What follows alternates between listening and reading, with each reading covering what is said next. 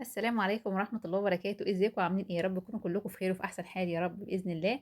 يلا بقى، لو انت عندك بيضتين هاتيهم وتعالي هنعمل احلى كيكة بالشوكليت. حلوة جدا زي ما انتم شايفين كده قدامكم. بص شكلها حلو ازاي ورسمتها حلوة جدا. الصينية اللي استعملتها شكلها حلو قوي، هتشوفوها معايا دلوقتي. اول حاجة كده هو جبت ايه؟ جبت كوباية سكر. هبدأ ان انا اضيف كوباية سكر، وبعد كده هضيف 4 معالق لبن بودر. لو انت حابه تستبدلي اللبن البودر دوت بكوبايه لبن سائل عادي، تمام مفيش مشكله. بس انا حبيت ايه اعملها المره دي بلبن بودر. حطيت 4 معالق كبار، وهبدا ان انا اضيف عليهم معلقتين كبار كاكاو اسبان اللي هو الخام. الاسباني ده حلو جدا، بس اللي هو الغامق. وهبدا اضيف كوبايه ميه، وهضيف كوباية زيت. ده كده الخليط اللي احنا هنعمل منه الكيك، وفي نفس الوقت هناخد منه كوباية علشان نشيلها على جنب، نركنها على جنب عشان هتبقى دي الصوص بتاع التزيين الأخير للكيك. يبقى نقول المقادير تاني: حطيت في الخلاط كوباية سكر، كوباية مية، كوباية زيت، 4 معالق كبار لبن بودر، معلقتين كبار كاكاو خام أسباني اللي هو الغامق. لو انت حابه تستبدلي اللبن البودر بكوبايه لبن، تمام، يبقى هتشيلي ال4 معالق لبن بودر، وهتشيلي كوبايه الميه وهتستبدليها بكوبايه لبن.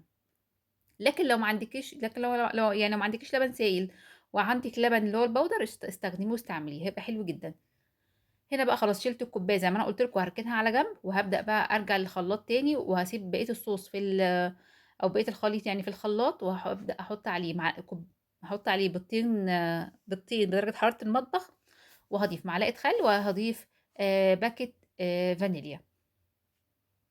يبقى الخليط اللي احنا عملناه في الاول ضفت عليه معلقه كبيره خل، واتنين بيضه بدرجه حراره المطبخ، وباكت فانيليا. بس كده، وضربتهم كويس جدا. وجيت بقى هنا عند المواد الجافه، هبدا ان انا حطيت هنا كوبايتين دقيق.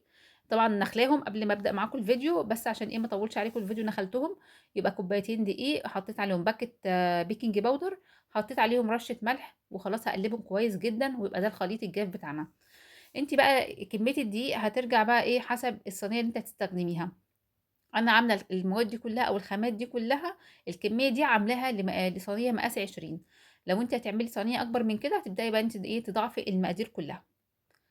تمام كده، يبقى انا حطيت كوبايتين دقيق بس، ونخليهم اهم حاجه تنخلوهم عشان ايه يبقى الكيك معاكي هش كده وطري وجميل، ويبقى مفرغ. وكمان معلقه الخل اللي احنا حطيناها دي بتمنع زفاره البيض، وفي نفس الوقت بتدي هشاشه حلوه جدا جدا جدا للكيك بتاعك. اي نوع كيك بقى انت بتعمليه، سواء كيك فانيليا، او كيك برتقان، او كيك شوكليت، اي نوع كيك بتعمليه، او حتى جاتو، بصوا اي حاجه، او كيك اسفنجي، اي حاجه بتعمليها زي كده. هحطي فيه معلقه الخل، هتفرق معاكي جدا في هشاشه الكيك، وهتلاقيه مفرغ من جوه كده وطري جدا جدا جدا. هتحسي فعلا ان الكيك بتاعك حلو قوي. هنا بقى قلبتهم كويس قوي بالمضرب اليدوي دوت. وحسيت ان الخليط كان تقيل شويه، قمت ضايفه ربع كوبايه صغنونه لبن، لا ميه، معلش انا اسفه، وممكن تبقى لبن على فكره، بس اللي انا ضفته كان ميه. حسيت ان الخليط كان تقيل كده في بدايه الفيديو لما انتوا شفتوا معايا، وبعد كده قمت مخففاه بربع كوبايه ميه صغيره كده اهوت، فالخليط بقى تمام معايا، بقى خليط متوسط، ولا هو تقيل قوي ولا هو خفيف قوي. هنيجي بقى عند الصينيه دي، انا لسه جايباها، فقلت ايه بصراحه اجربها معاكم، واشوف هي فعلا حلوه وكده وجميله زي ما انا ايه بشوفها يعني وكده، ولا هتلزق بقى فيها الكيك ويبقى فيها صعوبه وكده. لا بس بصراحه ما شاء الله حلوه جدا. بس اهم حاجه تدهنيها كويس. انا مسكت، بصوا يعني مسكت كل قطعه في الصينيه، كل تدويره يعني من دي دهنتها، علشان اتاكد ان هي ان شاء الله ايه ما تلزقش فيها. وفعلا حقيقي ما لزقتش فيها خالص. مسكتها، بصوا زي ما انتم شايفين كده، كل قطعه فيها دهنتها بالزيت. حابه تدهنيها بسمنه تمام جدا مفيش مشكله، بس انا بصراحه يعني قلت الزيت هيبقى خفيف كده كويس، فادهنها ايه ادهنها برشه زيت كده خفيفه.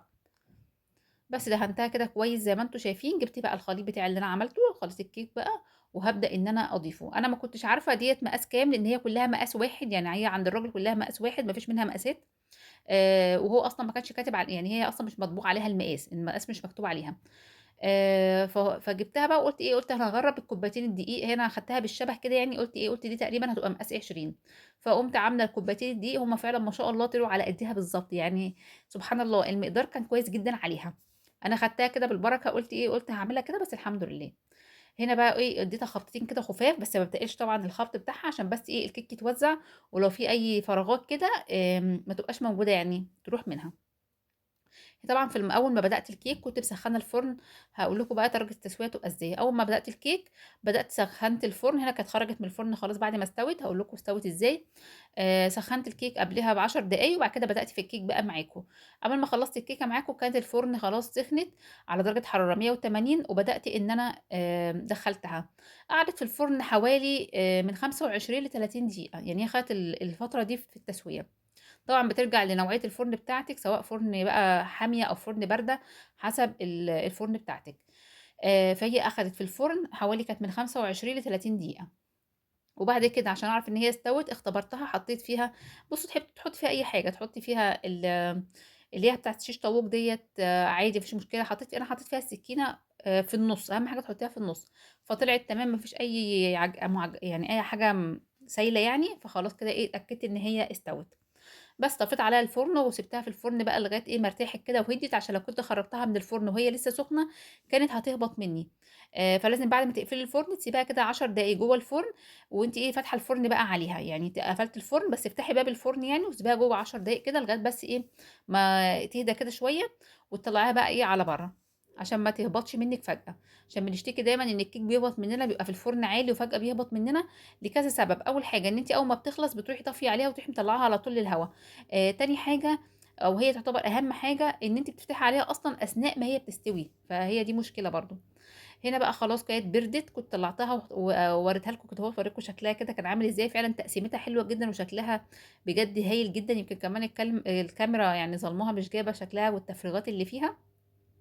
سِبتها بقى أمّا بردت تمامًا خالص، ورُحت جايباها بقى وجِبت الصوص اللي أنا كنت راكناه إيه على جنب، الكوباية دي ركناها على جنب، كانت الصوص كمان تقِل.